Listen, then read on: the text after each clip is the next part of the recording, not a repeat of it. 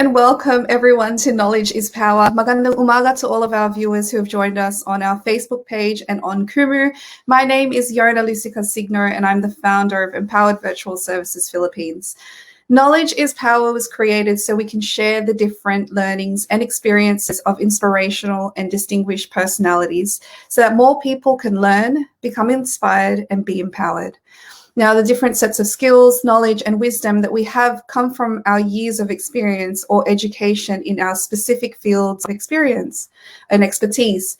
And having that passion and fire to share our knowledge is the power that can drive and make this world a better place. That's why here on our show, we want to be a platform where people can take away new learnings and use them in their personal and professional lives.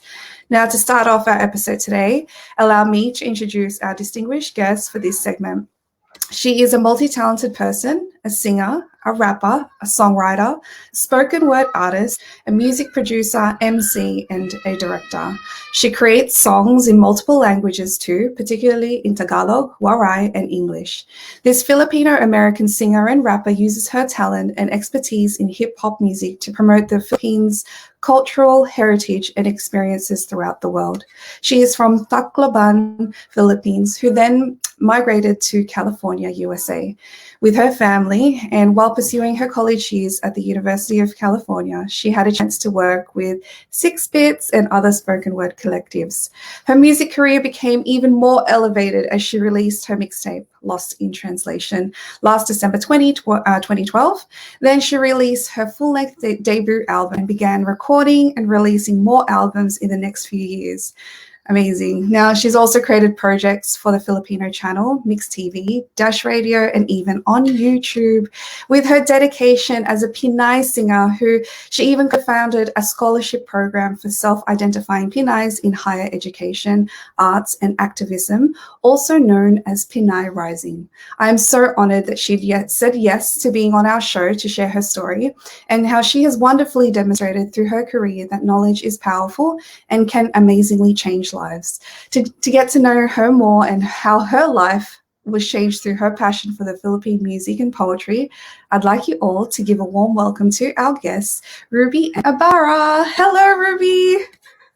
Hi, Yona. Hi, everybody that's you? tuned in. How are you going? I'm very happy. I'm excited to be here. Thank you for allowing me to be in communication and conversation with you today on your platform. And it was a no-brainer for me when Mafe told me about this segment, and knowing that it's about empowering and sharing knowledge and sharing inspiration for others. I mean, this is the type of work that I hope to accomplish with music. So I said, of course, and I'm already familiar with you too through Mafe. So thank you so much again for having me. Thank you so much, Ruby. It truly is an honor. I know how much it means to you to be able to do the work that you do through music. And so I'm super excited to, have you on our show and for people to get to know you more as well. Now, I do have a few questions up my sleeve, but before I get started, I like to play quick games with my guests. Is that okay with you? That's fine. Oh no, I'm sorry.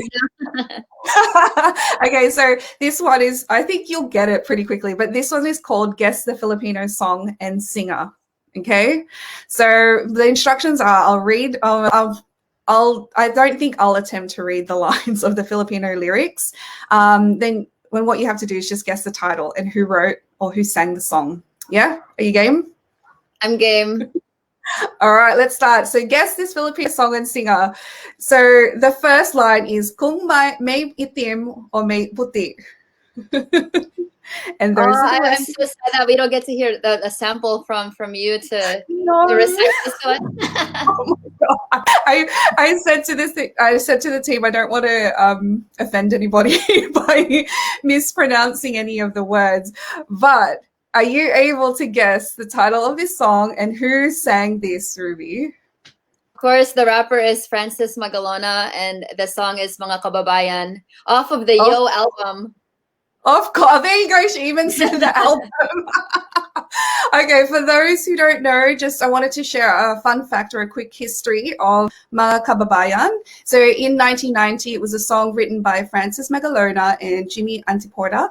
It became a hit song as it promotes the Filipino people's culture, aspiration, and dedication. Francis Magalona also uses this song to remind Filipinos to believe in themselves, dream big, and work hard to obtain their goals in life. Francis M was one of the greatest master rappers in the Philippines, also known as the Filipino king of rap. And I believe also Ruby's inspiration for being a musician. Is that right? That's absolutely correct. He is the very first hip hop artist that my ears ever listened to. He was my introduction to hip hop, and I'm very fortunate that it was an artist like Francis M. Because, as you mentioned, through his lyrics, the messages and that he delivered were definitely about empowering people and celebrating, who we are and where we come from. Wow, that's awesome. And I'm just so glad because, I feel like this could potentially be one of those, the team song or something like that because of the message. And it's so in line with what we're trying to do at EVS. Yes. And so that's why it's really, really exciting for me. For you to be here. But, I know I read a little bit about your bio, but are you able to just tell us a bit about yourself, a little bit more, your advocacy and, your music career? Of course. And thank you, by the way, for that wonderful bio. I felt like I saw my life flash before my eyes. And I all of a sudden I remembered my journey. But it's always kind of tough for me of where to start when, talking about who I am, because as you know, I mean, as with everyone else, there's so many aspects. I think there's so many characteristics, there's so many experiences that ultimately make up who we are today. And for me, I think, when I think about the overall picture, I think one of the main sections of, me as Ruby Ibarra is definitely my heritage and having come from a country like the Philippines. So that's where, my life journey starts. I was born in a small town called Tacloban City in the Philippines. And I lived there for about 4 or 5 years with my family before we migrated to the US. And from there, my father, he petitioned my mom as well as me and my younger sister. And we all packed our bags. We left the Philippines and we settled in the Bay Area, California. And I enrolled in kindergarten that very same year. I think it was maybe 2 months after we moved here from the Philippines that I had to start kindergarten right away. Yeah. And I just remember being completely just in awe of, all of a sudden being put into an entirely different country where the language is completely different, the culture is different, the traditions are different, and the people around me too, just community-wise. For the first time in my life, I saw a wide array of different heritages and, people from different backgrounds and walks of life. And to me, I think that was very eye-opening. Coming from a small town and all of a sudden being exposed to that here in the US, I thought, oh my gosh, there's this entire world out there that I had never seen before. Maybe I caught a glimpse of it from the movies that we watched back home, but to be able to see it right in front of me and to hear these languages and to all of a sudden taste all these foods too that come from different cultures. It was, I think, very formative for me, especially at, being 5 years old and trying to eating a burrito for the first time and, wondering like, oh my gosh, this is completely different from Filipino food. This is not chicken adobo. And I was just very glad that out of all places in the US, it was the Bay Area, San Francisco Bay Area that my family moved to, because it is a very, very diverse, location here in the US. And from there, I think it was also natural that I continued my love and passion for hip hop and music, because here in the Bay Area, hip hop is, is embedded in the culture. Hip hop comes from the Black community, specifically from New York. And then also here in California at the time in the 90s, there was really no way that you could step outside of your house and turn a corner and not hear hip hop music playing from someone's car. And so for me, it was also an introduction into my love and passion of music, learning the different artists like Snoop Dogg and Tupac and Lauryn Hill, and hearing them for the first time, and just being in amazement, seeing these different cultures, hearing these different sounds. I think to me, more than anything, it was kind of an awakening culturally for me, and me just opening up my eyes and expanding this, this vast world that was out there. And from there, as I went through school, I also picked up in the passion and interest in poetry because I took classes like English and also literature arts that had a focus on poetry. And my school also had a very heavy emphasis on the arts. So I was very fortunate that the school that I was enrolled in, for example, as a little kid, I was already learning how to play the violin, and my mom bought me a small keyboard. So it was just music all around me in different ways. Like there was no way that I think that I could have avoided it. And from there, when I enrolled in a university at UC Davis, I also joined a spoken word collective, as you mentioned in my bio, and that group was called Six Bits. And that for me was the very first time that I really got up on stage and performed in front of everyone. So it was a lot of, first time experiences. And from there, having enrolled in a university too, I was very fortunate that they had a course like ethnic studies available at my school. So I also, in this process of learning about the world, I also learned about who I was and where I came from. And, for the first time, I remember picking up a book called America is in the Heart in my Asian American Studies course. And this book was written by a Filipino American author. And I think at the time, growing up in America, I had never known that, there were such a thing as Filipino authors or Filipino writers and directors and creatives. And that also opened up my eyes to recognize that the arts is also a lane that I can also pursue and also be an artist in my own right, and not just being on the other end of being the consumer or this fan, but also wanting to become an artist. And so for me, I think whatever journey it was and whatever experience or location that I was in, it was always opening up my eyes and discovering new things and ultimately discovering people too. And I think, I carry that with me to this day. And that's why I wanted to start or co-found a program like the Pinays Scholarship Program, because I recognize that, as much as I enjoy writing stories, the story doesn't end with me. It doesn't even start with me. It's always going to be about community. It's going to be about others. How do we inspire others? How do we empower others? And how do we keep that conversation going and making sure that it's not just, I think, when you think about an artist or we think about a performer, it's, one person and one microphone and everybody's just listening to the one artist on stage. But I think we sometimes don't realize that it's actually a transaction. I know for me growing up and, seeing my favorite artists on stage, it wasn't just about, what they delivered, but it was also about, what I took from that. And, to this day, I always think about that at the back of my head. I think about how can we use music as a tool also to start a conversation. Yeah, no, that's so powerful. It's so true, because if in all our experiences in music, it is one thing that sticks to our mind. It is something that we could be humming. It could be something like, like on a lighter note, like with the kids, I've got two small kids, and when they sing their particular songs, it sticks in my head, even though it's like, some like wiggle song or something like that. But that it just shows how powerful music can be. And so being able to spread words of empowerment and inspiration is so important, especially now. And I think, when you were describing how you grew up, I think I actually could see my childhood as well, because I migrated here at that same age and or a little bit older than you. And it's amazing how when you step into a new country and then you have to go to school straight away, which is what happened here, isn't it just eye-opening? It's like you just go, wow, there's so many of these kids who look completely different to us. And it's like English just comes out of their mouth so easily.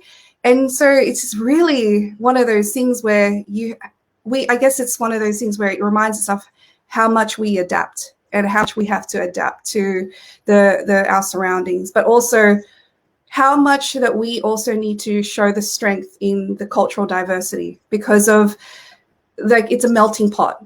The US, Australia, even Philippines, there's a lot of cultures now that's popping up. So I love what you do, and I love that you do that through music. And I know, music has been a part of your childhood. But what was actually, like, I know you touched on it a little bit, but what was your motivation to just keep going this music career of yours? Thank you so much. For me, I think there were kind of two pinpoints in my life where I saw music as a viable option to pursue. I think the very first time was when I attended my university, and I joined the spoken word group, and joining a collegiate club. Of course, we're going to be doing performances on campus, so we would do the weekly open mics at our local lounge, and then eventually after that we would branch out and perform, do some small shows, in the downtown area of our college town. But I think what was the specific moment in that particular experience was when my spoken word collective had the opportunity to join a slam poetry competition, which was national. And I remember we had to travel to a different state, which was New Mexico. And I remember thinking, like, being on the plane, and it was me and the people in my group, as well as other students that were part of their own collegiate spoken word groups.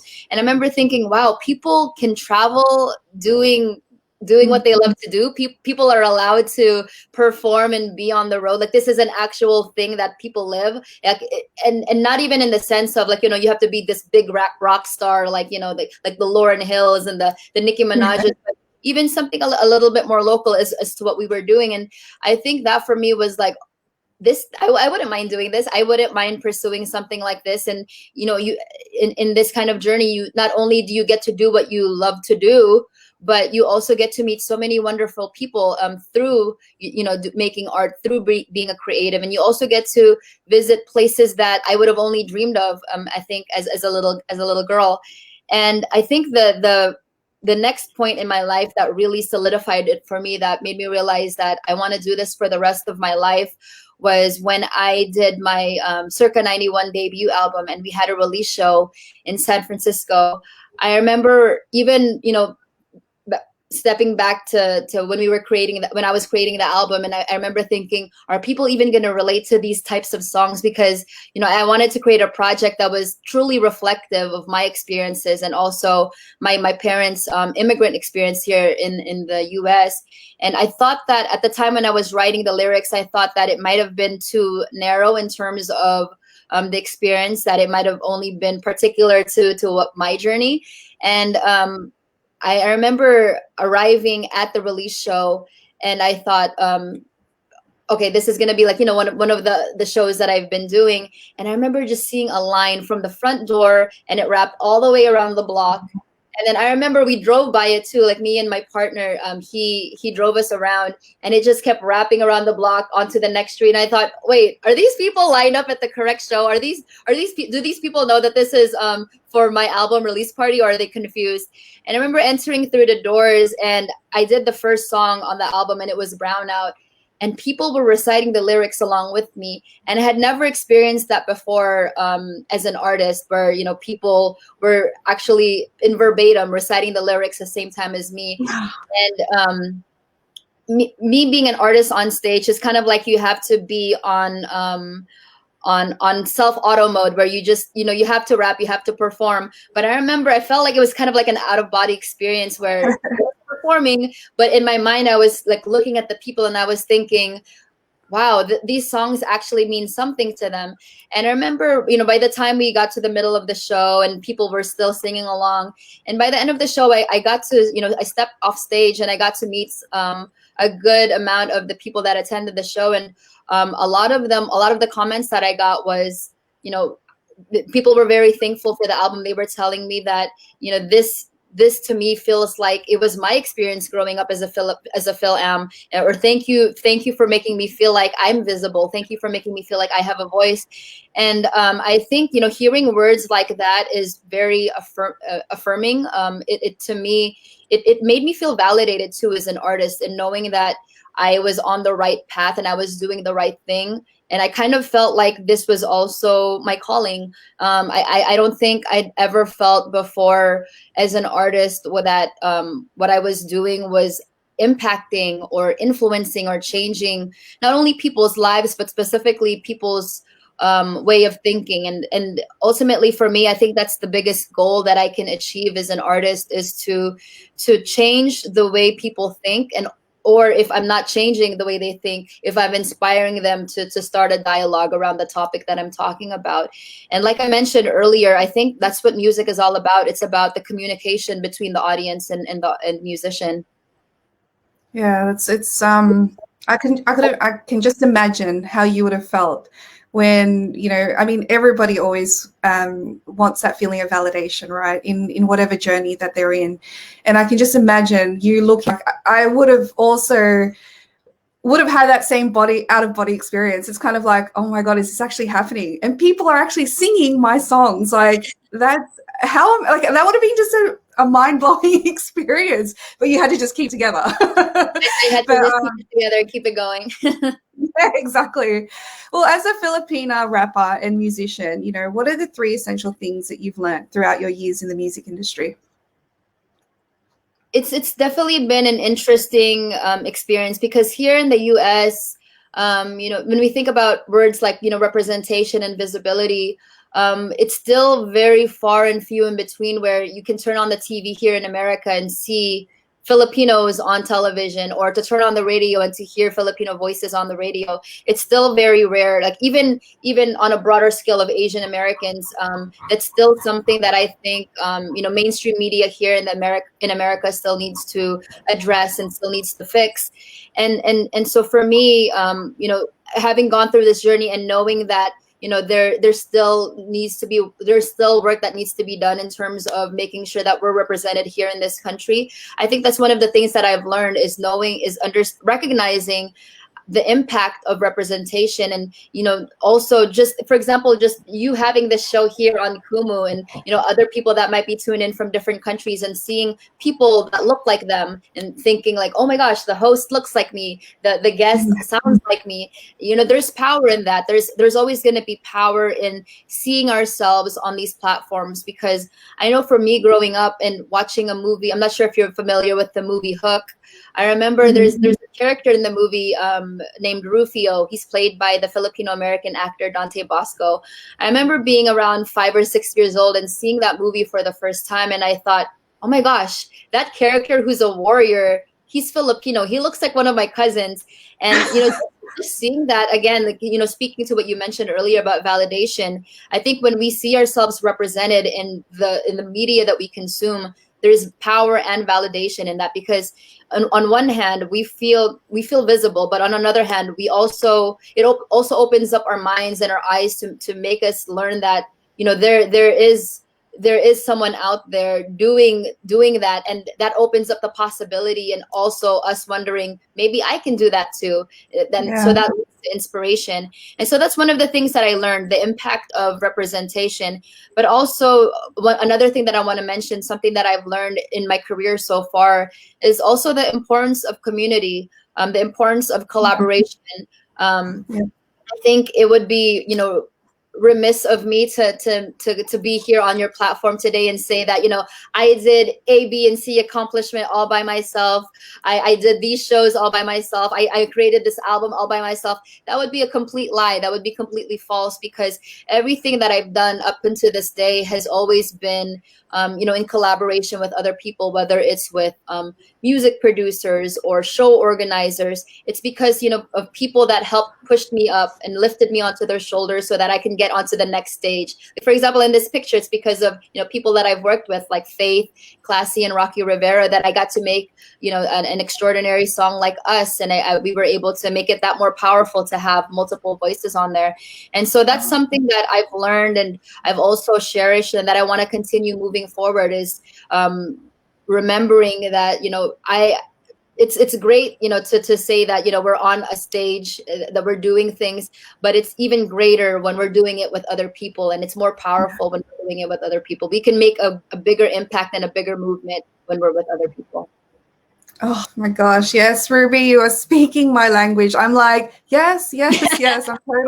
I'm totally with you. And we always say this, how, community is it trumps competition. You know, when we band together with like-minded individuals who are pursuing the same dream of like empowering other people, inspiring other people to do better and be better, like why not come together and use, it's like combined forces, you know? And I just love that that's what you do, and I love that you advocate that, because it is so important for everybody to see that. Because I think some people tend to think that in order for them to be successful, they have to do things on their own. And I think, you know, in this day and age, I think it's actually, firstly, it's much more fun when you do it with other people. But at the same time, it feels more fulfilling, right? Because you're having fun, but at the same time, you're inspiring and empowering others. And I just love that. That literally, when you were speaking, I was like, yes, girl, yes, I'm totally with you. Oh gosh.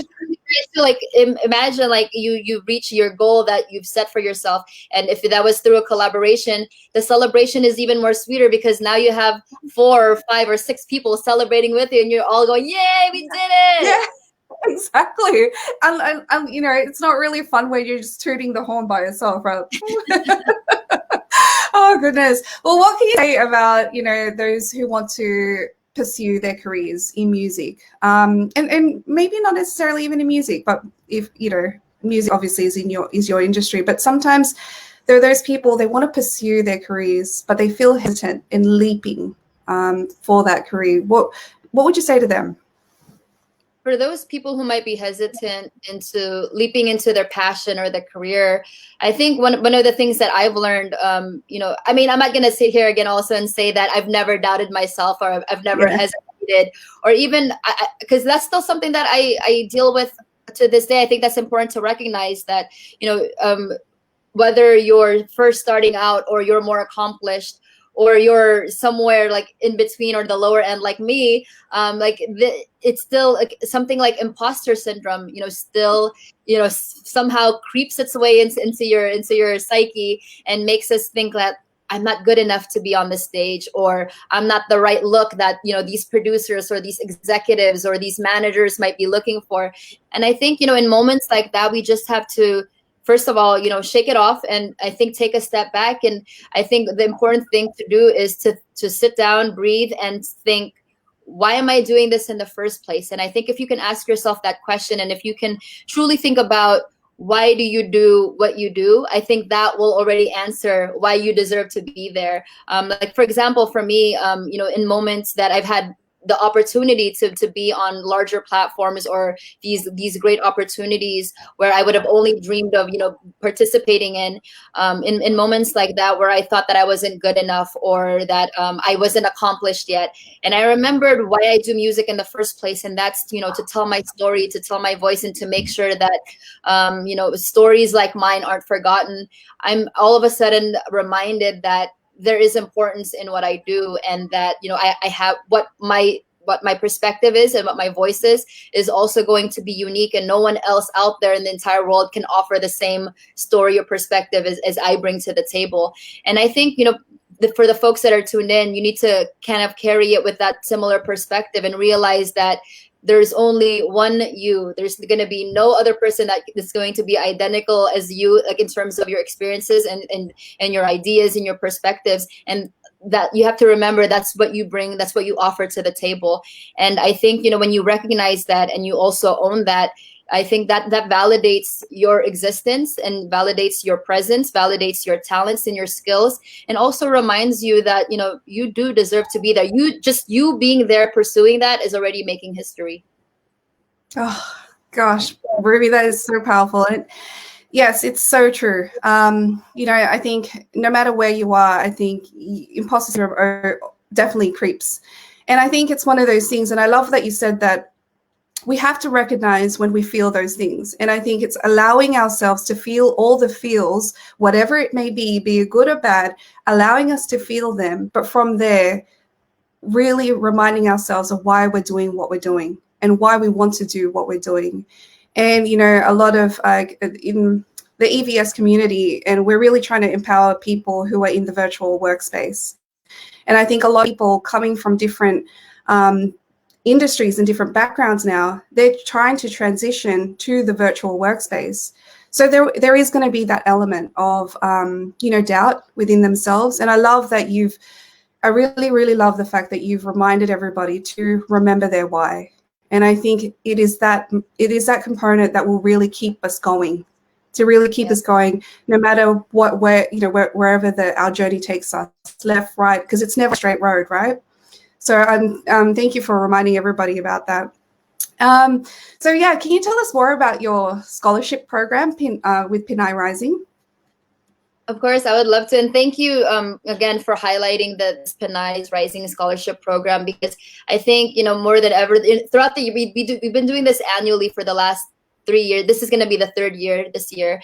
And this is something that is one of my passion projects. And aside from my videos and my album, I think this is the thing that I've done so far in my life that I'm really most proud of. Because, when I think about the scholarship program and the purpose of it, it makes me remember my experience in my childhood and growing up and going to school. I remember, being a little kid, my mom always, stressed the importance of getting an education. And that wasn't necessarily just so that, we can be a doctor or a nurse. My mom never pushed me or my sister to enter a certain career field. It was more so that we were equipped with the proper tools and resources to go out into the world and to do what we wanted to do ultimately. And so for me, that's what I also hope to inspire with the youth, with the next generation, is that education is important, because we want to make sure that we are also in these spaces where the resources are available, whether it be books, whether it be internships, whether it be work experiences, and because those are all tools that we can also bring back to our community. I think at the end of the day, when someone has a degree, it's not necessarily just because they earn an X amount of salary or wage. To me, a degree means a knowledge or a tool, something that you can bring back to the folks in your community, whether that's your friends or your family. And so I wanted to start a scholarship program because I remember back in 2018 when we first established this. And when I say we, I'm referring to the co-founder, Dr. Allison Tintian-Cocobales, who is a professor of ethnic studies at San Francisco State University. And we first met when we filmed my music video for Us. She was the one who helped me find the location for the video. And she's also the mother of the amazing, talented dancer in the video, Mahalaya. And so I remember she was the person that I contacted. I felt like she was the right person to collaborate on this particular program with, because she's a professor. And I know that she also has a very great passion when it comes to empowering and elevating the youth. And I wanted it to be specifically a scholarship program that gave out monetary funds. And the reason for that is, again, when I was growing up, I grew up in a single parent household. It was just my mother who raised me and my younger sister. And she was also the one who put me and my sister through school. I remember my mom having to take double shifts, overtime, working on the weekends, working 12 hours throughout the week, just so that I could pay for my books, my chemistry books when I was in college, or just so that I can pay for my dormitory or other college fees. And I really remember how taxing that was on my mom, not just physically, but also, emotionally and mentally, having to put in those extra hours at work. And, there was a brief window in time in my family where it got financially hard, just because both me and my sister were in college at the same time. So that took a toll on us financially. And so, I recognize that this experience that I went through, it's not unique to me. There's so many students out there who sometimes even have to be a working student just to get through school. And as much as possible, I think if I can help, alleviate that problem, just a little bit, even if it's just $500, as minimal as that may be, if I can help pay for one of your books this semester, that's still one book that's paid. And so this scholarship program aims to provide financial funds for self-identifying Filipino American students who are enrolled in institutions of higher learning, but specifically for those students who are in activism or also in the arts.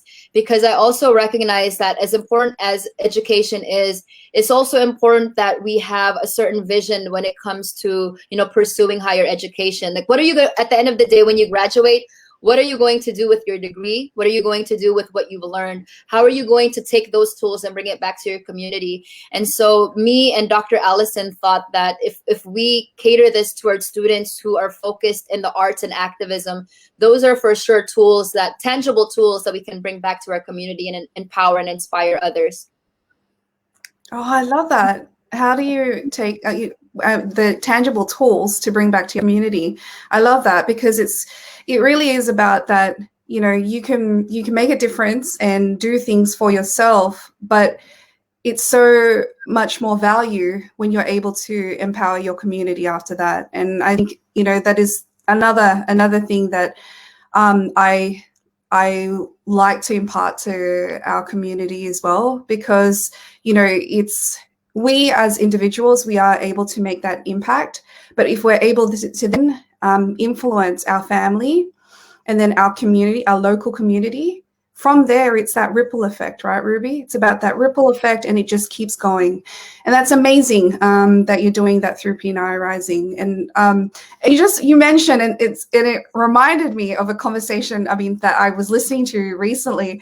You said chemistry. So I want to ask you, is it true? Are you a scientist? I am. That's that's right. So when I attended my UC Davis, I majored in biochemistry and molecular biology. I know it's super nerdy and not hip hop at all. I'm losing my rapper points right now, but yeah, I majored in biochem, and I ended up becoming a scientist. I went into the biotech field, and I worked for a biotech company, and now we've been doing research around COVID this last 15 months, pretty much. Wow. So you're playing a part in like the vaccine and all of those things to fight COVID. Is that right? Yeah, the vaccine and wow. That's amazing. Oh my God. Seriously, scientist by day and a rapper the parts of the day as well. Like I don't like to say day and night, but because I think you're both at the same time. But that's amazing. Oh my gosh. That to me is like, wow, you just, that's two completely different hats, but I love that you're wearing both. That is amazing. Now before you go, do you have any messages to impart about knowledge and its power? And do you have any events that you'd like to promote? Of course. So for everybody that's tuned in, I will be at the Tribeca Film Festival this weekend in New York City. On June 12th, we'll be premiering the film Asking for It, in which I do the music for the film, and I also appear in the film. So I'm very excited for that. This is the first time that I'm appearing in a movie. The film features Alexandra Shipp, Kiersey Clements, as well as Vanessa Hudgens, who is, you know, Film idol. She's amazing. And in addition to that, I'm also have been very hard at work on my sophomore album, which I'll be releasing this fall. And of course, after the release of the album, I'll be working on my touring the new project. In between that, I'm also doing a few collaborations that I think I can't speak on yet, but there's definitely a lot of new music, you know, along the way throughout this year. But yeah, the message that I'd like to impart on the viewers, I think, the most important thing for me when I talk about a message in terms of inspiring others and, you know, remembering our worth, I think with that comes along with just don't feel like you have to compromise for anyone. And I think for me, I think that applies to any field, whether you're in the arts or you're working in the office. And it's just knowing, I think ultimately what that means is just knowing your value and knowing your worth, especially for the women that are tuned in right now, for all the Filipinas, all the Pinays that are tuned in.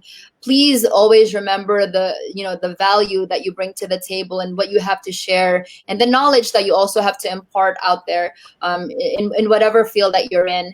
And also remembering not to compromise, remembering that your authentic self, your true self, is what makes you beautiful. It's what makes you unique and what makes you strong too. And I think, you know, with that is also celebrating and also remembering where we come from. I know for me, you know, I talk about being Filipino a lot in my music, but that is always going to be part of my identity. I understand that, you know, whether I'm in New York, whether I'm here in California, whether I go back to the Philippines, that's always going to be part of my identity, always going to be something that, you know, I carry not only on my back, but also in my heart, because that is, you know, my culture, that is my community, that is my family, being Filipino.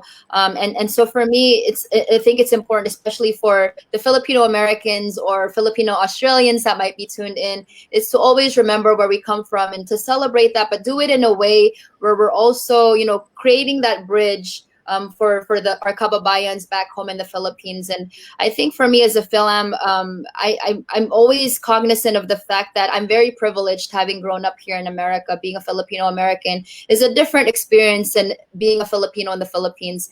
And so it's not lost on me that it's important that in whatever space that I'm in, or whatever accomplishment or whatever goal I'm trying to do next, is that at the end of the day, whatever wins that whatever wins and whatever gains that I make, it's going to be reflective and also representative of my kababayans back home. And a win for me is a win for all of us, and likewise, a win for you, Yona, is also a win for me. And I think that also, I think, goes back to our conversation earlier about community. You know, it's not about you, specifically you. It's not just specifically about me. This is about all of us. And I think at the end of the day, if you remember that whatever whatever line of work that we do, whatever words that we say, that you know, it's like what you mentioned, it's a ripple effect. Whatever energy you put out to the world, it affects the next person, who then affects the next person.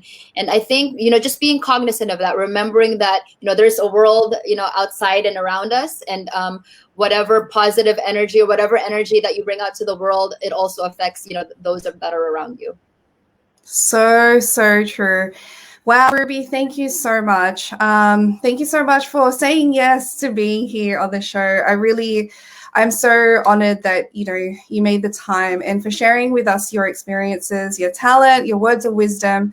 You know, I really feel that today was so powerful, and how fitting it is that the segment is Knowledge is Power. So thank you again, Ruby. And I know I'll be seeing you, especially on Kumu.